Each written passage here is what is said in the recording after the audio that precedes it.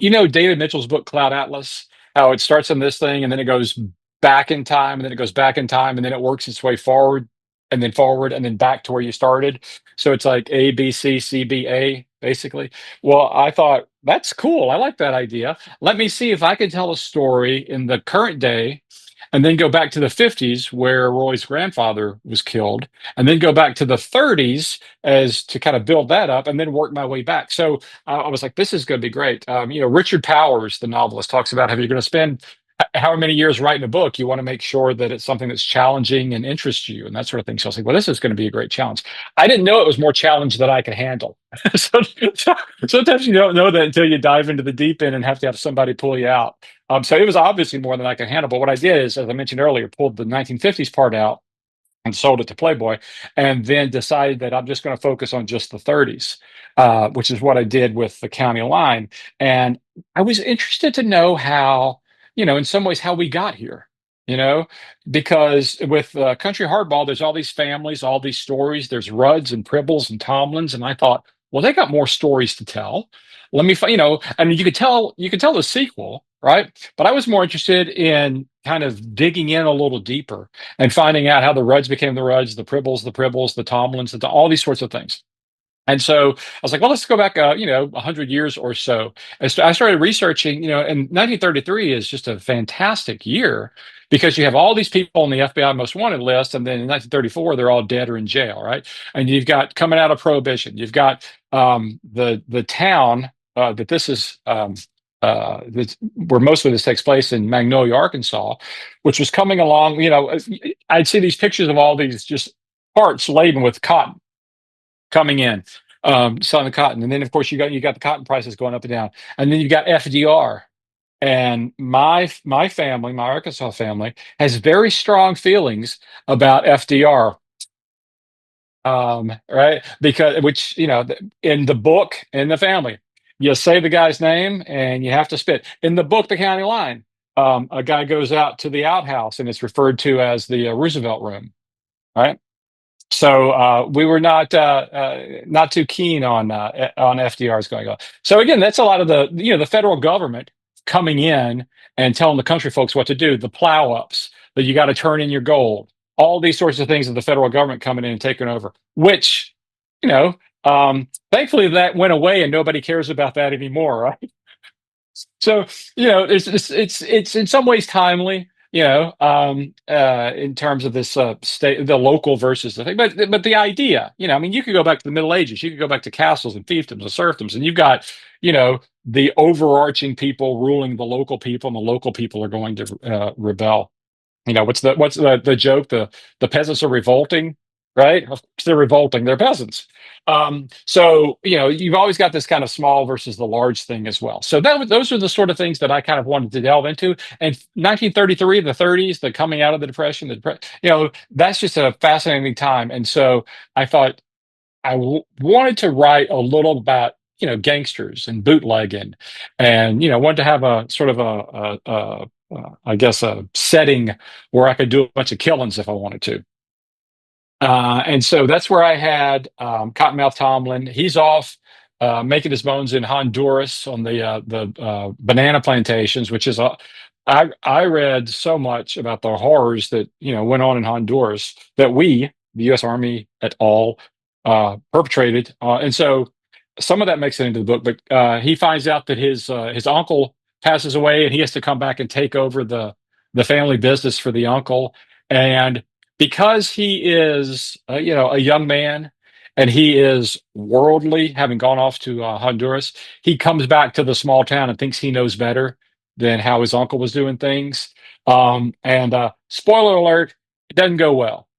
And so I wanted to sort of play with all of this sort of things. Meanwhile, the Rudds and the Pribbles and the Tomlins, and kind of talk about those families and how they interact. And originally, there was some kidnapping, and there was some bank robbing, and there was one of Cottonmouth's old Honduran buddies. He's not Honduran, but he's from Honduras. They met up in Honduras, and he comes back, and he wants him to do this sort of scheme that he has about digging up rebel gold, the gold and the weapons that the Confederates buried when they realized the Civil War wasn't working out for them. And so they were ready for they were burying stuff ready for the second Civil War, which they expected to come in the next, decade or two. And so all of these sort of things, I wanted to put into this book. I ended up having to take Cottonmouth's Friend out of it and move it to the book that I just submitted to my agent a month or so ago. So I just finished that book. So that's kind of the next one in the series. Um, and so we're focusing on the kidnapping and the bank robbing and what's going on in the community and what it does to the community. Because I'm not interested. I mean, bank robbing is fun, and I love high stories. You mentioned Elmore Leonard, so you go back, you look at Richard Stark, or Donald Westlake, all these sorts of like high stories, and they're just and movies. Good grief, the Ocean Eleven's movies, and the tropes of all these sort of high sea things are so much fun, and I like that. But what I really like is the impact it has on the community, and the aftermath. That's really so. I sort of worked with how the community and the characters and the action as well. But I mean, you can't go wrong with the book with bank robbings and kidnappings and shootings and beatings and all sorts of things and a little hanky panky here and there. And I ended up really focusing on the gang that comes into town, Everett, Tell us about them if Beans. you don't mind. Yeah, so there's there's Everett and there's Beans, and and they come in and they're wanting to hide out in the camp because that's how the uncle was running things. And they have the plan. The rule is, and this comes from a couple of different areas. There's a place up in Minnesota, St. Paul, Minnesota, back at this time. Um, And there's another one, and there are probably 1,000 around the country that I don't know about, but there were these places where it was safe in town if the cops would protect you. If you did all your crimes outside of the area and then came to this town and spent your money in the town, they wouldn't prosecute you for whatever killings you did out there, which, it sounds like a good tourism plan to me. So that was the rule here in this county, Columbia County. In my book. I don't know that that was the real. That's how Columbia County was run. I wasn't born in the 30s, so I don't know that that's how Columbia County was run in the 30s. But in my book, it is. So Columbia County, Arkansas, was under this kind of local rule, and you couldn't do anything. Now, of course, somebody's got to break that, otherwise, you don't have a novel, right? Yeah. So Beans and Everett sort of are involved in some of that. Somebody comes in from out of town, but they're just I like them as the gang, and then Cottonmouth really runs afoul at the people who are controlling the county and keeping it safe for everybody, the Rudd sisters, Henrietta and Abigail Rudd. And so they make sure, in conjunction with whatever sheriff they've put in power, they make sure that there's no crime being committed in the county. You can, like I said, you can do all you want out there, but once you're in the county, it's got to be safe for the community. And they don't want any violence or any crime. And if there is any, then they will exert their own violence and crime on you to keep you from doing that sort of thing. So of course you got that sort of conflict in the dynamic. So I just found the whole working of that sort of time frame just fantastic. And I love the research, like a lot of authors, people who are writing, part of it is the imagination, the being able to go back and read about all these sorts of things and uh, find out what happened in the 30s and read all the fire insurance maps, the Sanborn maps from the topical stuff, the topographical stuff, where you get to see where the buildings were and the roads, and then 5 years later you get the same map, and this business has changed to that business, and there used to be stables here and there, and then within 5 years they're all gone. So you read about these changes, and I just find that fascinating. Well, the new book, which I'm not going to mention the title because no title I ever have set up ends up being the title when it comes out. The original title for the county line was Cottonmouth Tomlin and the Last Outlaw Camp.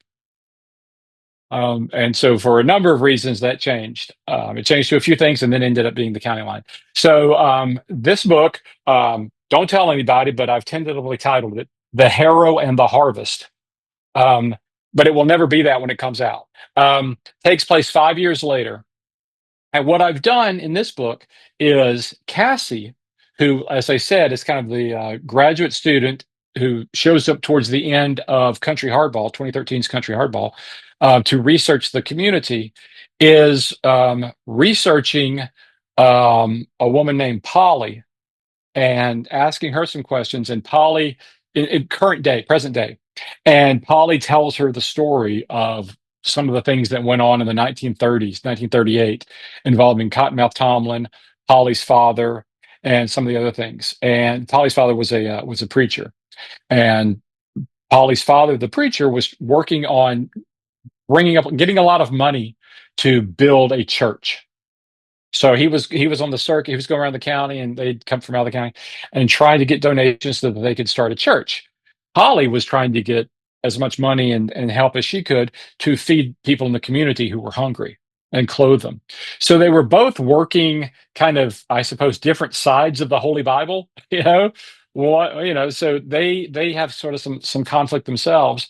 And of course, Cottonmouth, not exactly the church going type. He's trying to run his business after the fallout of what happened towards the end of the county line. So this is kind of the next one, but it's different because it's got present day, and then it goes back to past day, and so you've got a couple of different storylines that carry you through the book. So I'm kind of getting back to that David Mitchell. Cloud Atlas and other people, obviously, sort of set up that I didn't have the stones to do, 20 years ago. Would you tell us briefly about the Playboy story? Yeah. So as I mentioned, there was a 1950s story that I wanted to tell about Roy's grandfather, and the difficulty he had staying alive in the 1950s. And that was one where I was in the process of writing this big book that I wanted to write, the present day, the 1950s, the 30s, and then back again. And so I'm trying to write that. And I hadn't gotten terribly far. I kind of sketched it out a little bit. And I got the phone call that Playboy wanted to run a story. Playboy is asking around. They want to know if you have a short story ready to send them, because they'd like to take a look. Apparently they'd read Country Hardball, or somebody had, or somebody had said some nice things. Obviously, better than I deserve, obviously, but whatever it was very nice. And so they came asking about a story for Playboy magazine. And back to the Eminem song, you take your shot when it becomes available to you. And so I said, absolutely. I have a story right here. Let me just edit it down. Can I get it to you in a few days? And they said, yeah, by the end of the week, we talk, take a look at it. I said, absolutely. So I'm like, okay. Once upon a time, I had nothing, nothing. So I wrote that, and it was about, I think it was about 7,000 words or so. And so I wrote that over the course of the next few days because, like I said, you have to take your shot. And so that was an amazing experience because it was just sort of a fever dream sort of writing thing. And I'm not, I am forbidden from talking about the paycheck that came from Playboy, but it was I can tell you that it was a 7,000 word story, and they paid $1 a word. So when I was going through and editing it, and I was like, because there were like two things. One, in the story, somebody's given a cup of coffee, and they go to drink it, or they don't go to drink it, but then later on in the scene they have to get the coffee refilled, and they've never taken a drink. So that's just I had to go back in and cut some stuff and add some stuff, and I ended up taking out like 27 words in total. I added some, I took some away, but the net result was 27 words. And I'm like, shit, I just cost myself $27. Right? What am I doing? What am I doing? Come to find out, that we had agreed to the 7,000 or whatever, so it didn't matter what I cut out. So for a moment there, I was like, I am doing the wrong thing here. But that was great, and so that it was a whole host of new readers. It was, and again, when you're talking about the getting yourself into the room, I mean, over the course of Playboy's had some fantastic authors in their pages over the past 100 years. 50 years or so, 75 years. I suppose, or so. So it was great to kind of be included into all of that.